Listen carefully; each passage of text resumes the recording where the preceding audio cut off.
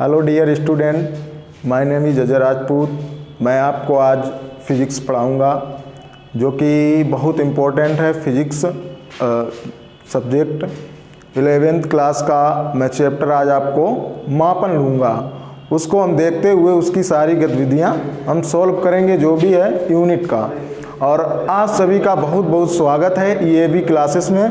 तो आपको मैं बहुत अच्छे तरीके से बारीकी से छोटी छोटी कमियां हैं जो फिज़िक्स में छोटी छोटी जानकारियां हैं वो आपको आज मैं कंसल्ट करवाऊंगा। तो आइए हमारे साथ, आपका बहुत बहुत वेलकम है, धन्यवाद है। तो यूनिट की हम बात क्या है हम उसको आज देखेंगे। यूनिट मीन्स मात्रक। एक्चुअली हम देखेंगे कि भौतिक विज्ञान जो है बिना मापन के कुछ उसमें संभव नहीं है। हम मापेंगे, वस्तुओं को देखेंगे कि क्या है क्या नहीं है, क्या इसका यूनिट है, क्या डायमेंशन है। तो 11th क्लास का चैप्टर हम शुरू करते हैं आप लोगों के सामने। तो देखेंगे सबसे पहले यूनिट।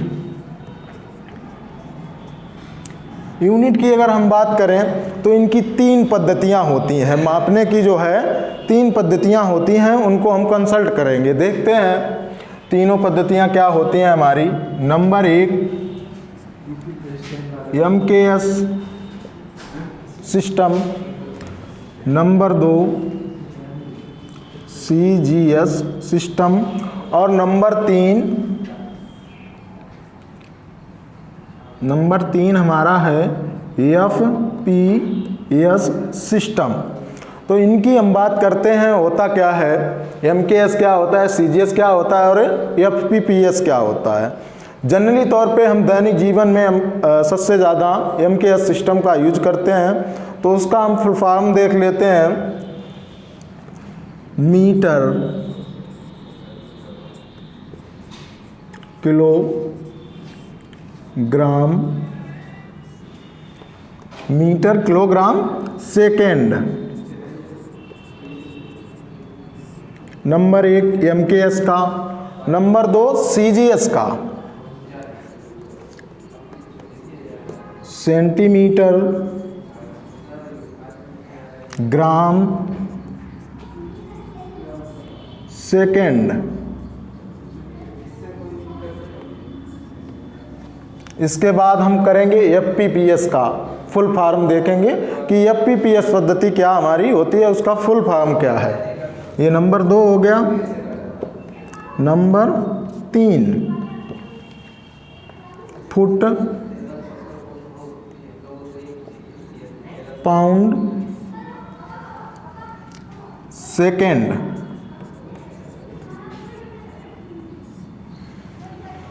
फुट पाउंड सेकेंड, यानी तीनों पद्धतियों में अगर हम देखें तो समय का मात्रक हमारा सेम रहता है। MKS में अगर हम देखें तो हमारा दूरी का मात्रक मीटर होता है और द्रव्यमान का मात्रक किलोग्राम होता है तथा समय का मात्रक जो होता है सेकेंड होता है। इसके बाद हम CGS की अगर बात करें तो CGS पद्धति में हमारा दूरी का मात्रक सेंटीमीटर और द्रव्यमान का मात्रक जो है ग्राम होता है और समय का सेकेंड होता है।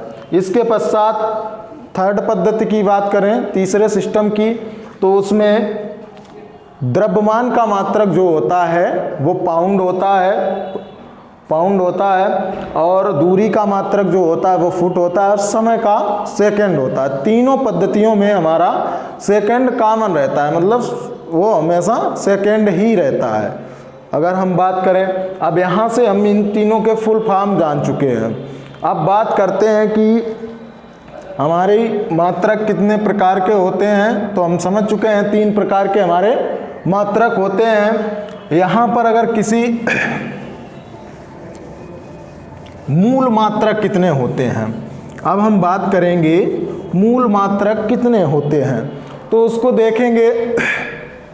यूनिट मूल मात्रक, लंबाई, द्रव्यमान, समय, वैद्युत धारा,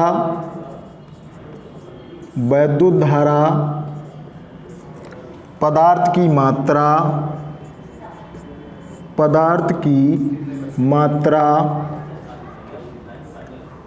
ज्योति तीव्रता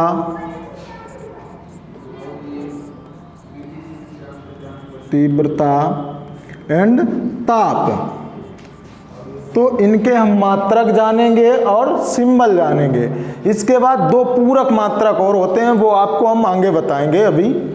तो दो पूरक मात्रक होते हैं, उनकी चर्चा आगे करेंगे। अब जैसे लंबाई है, तो लंबाई का MKS में मात्रक क्या होगा उसकी हम बात करें, तो MKS सिस्टम में हमारा मीटर होगा। मीटर। द्रव्यमान का मात्रक किलोग्राम,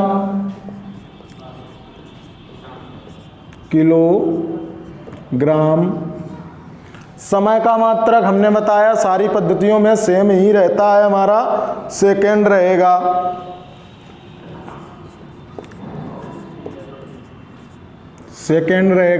इसके बाद वैद्युत धारा का मात्रक जो होता है एम्पियर होता है।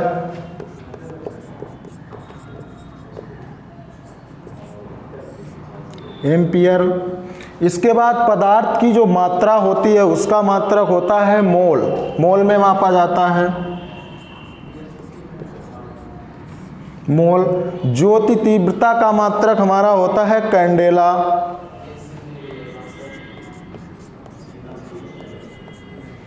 और टेम्परेचर का मात्रक हमारा होता है, ताप का मात्रक होता है केल्विन।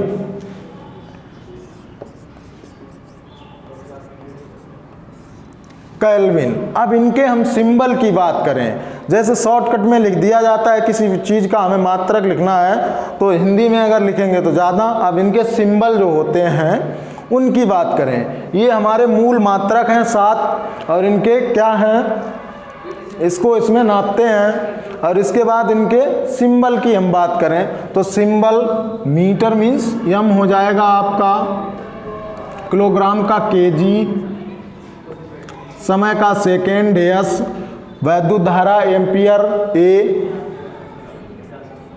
मोल,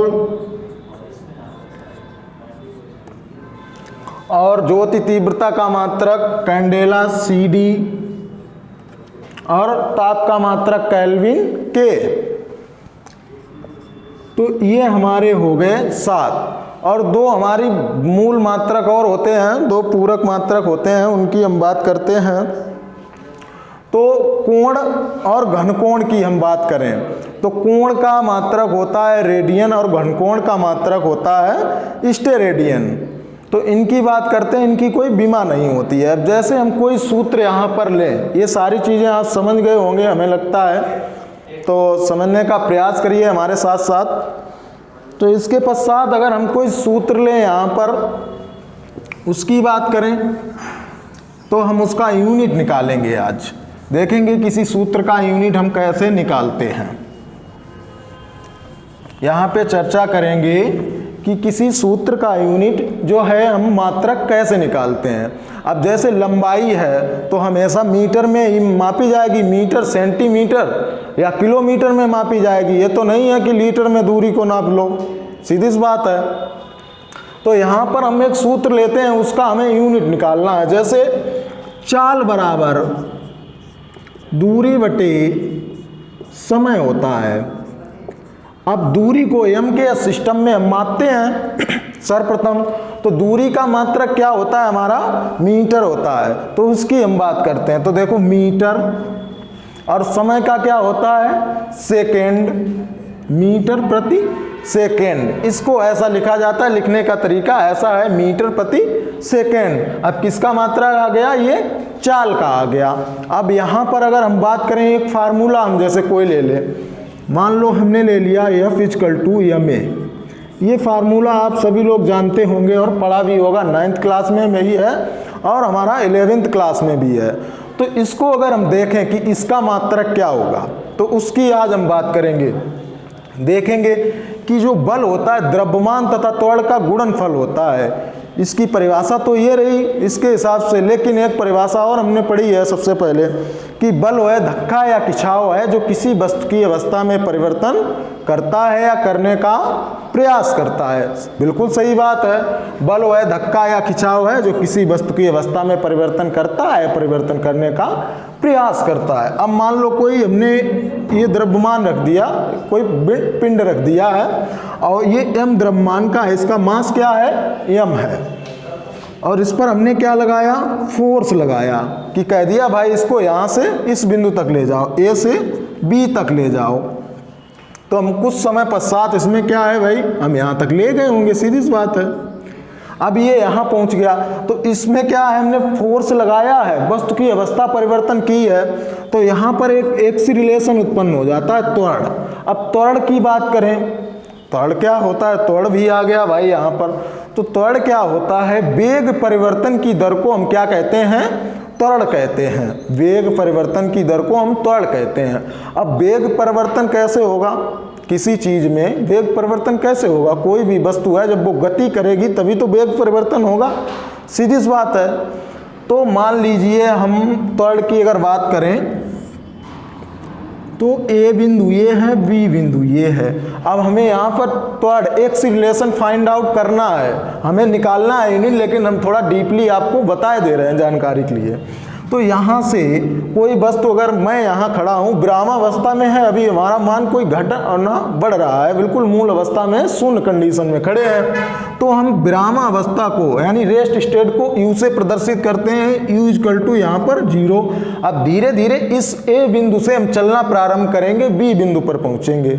अब सपोज दैट कोई आपका कार है, तो कार क्या सेम स्पीड से चल सकती है, सेम स्पीड से कार हमारी क्या चल सकती है। मान लो हम रोड पे जा रहे हैं और सामने कहीं कुत्ता आ गया, बिल्ली आ गई, तो ब्रेक लगाएंगे।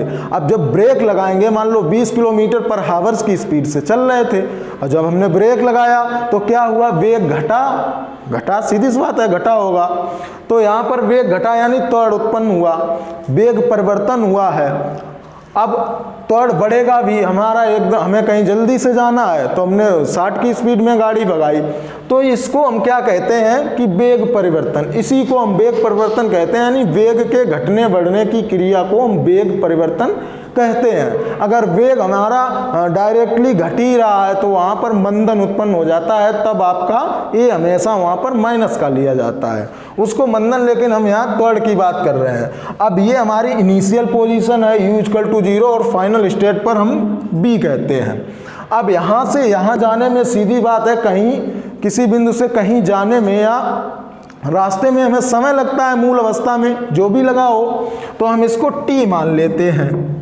T मान लें, माना T समय लगा A बिंदु से B बिंदु तक जाने में हमें T समय लगता है, ठीक है। तो इसको हम एक्स रिलेशन को फाइंड आउट करते हैं। अब हमारी ज़्यादा वाली चाल यहाँ कौन सी होगी, ये वाली होगी, सीधी सी बात है। ये तो मूल अवस्था में शून्य है, मान लो यहाँ से चल के यहाँ 5 किलोमीटर चले तो B का मान हमें अधिक मिलेगा, ऐसा तो है नहीं U का मिल जाए। U तो हम प्रारंभ अवस्था में ही हैं, यानी यहाँ रेस्ट अवस्था में है, विरामावस्था में है। तो यहाँ से सूत्र त्वरण का निकल के आता है B minus U upon T, A equal to B minus U upon T।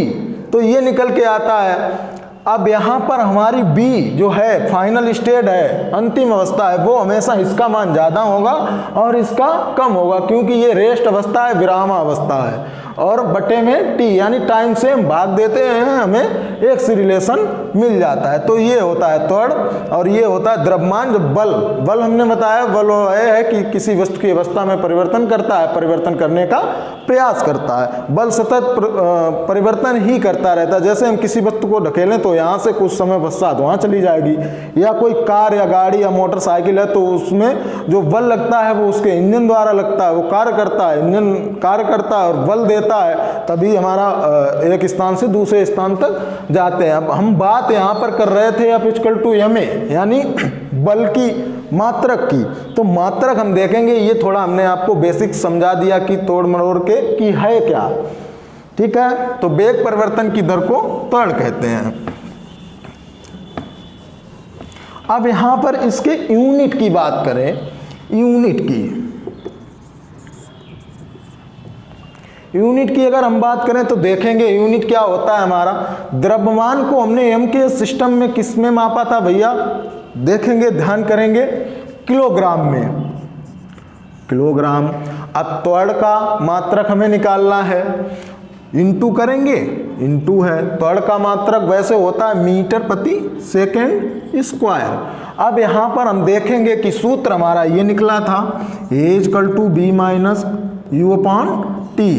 अब मतलब ऊपर वेग है, वेग बराबर होता है यानी चाल बराबर दूरी बटे समय, तो चाल बराबर दूरी बटे समय, और वेग बराबर होता है विस्थापन बटे समय, उसको भी हम कह सकते हैं ऐसा। तो यहीं से मात्रक सेम ही निकलेगा, विस्थापन भी दूरी है और दूरी भी तो दूरी है ही हमारी। तो यहाँ से इसका मात्रक क्या निकल के आया, मीटर प्रति सेकेंड। अब भाई इसका मात्रक निकल के आया v का हमारा,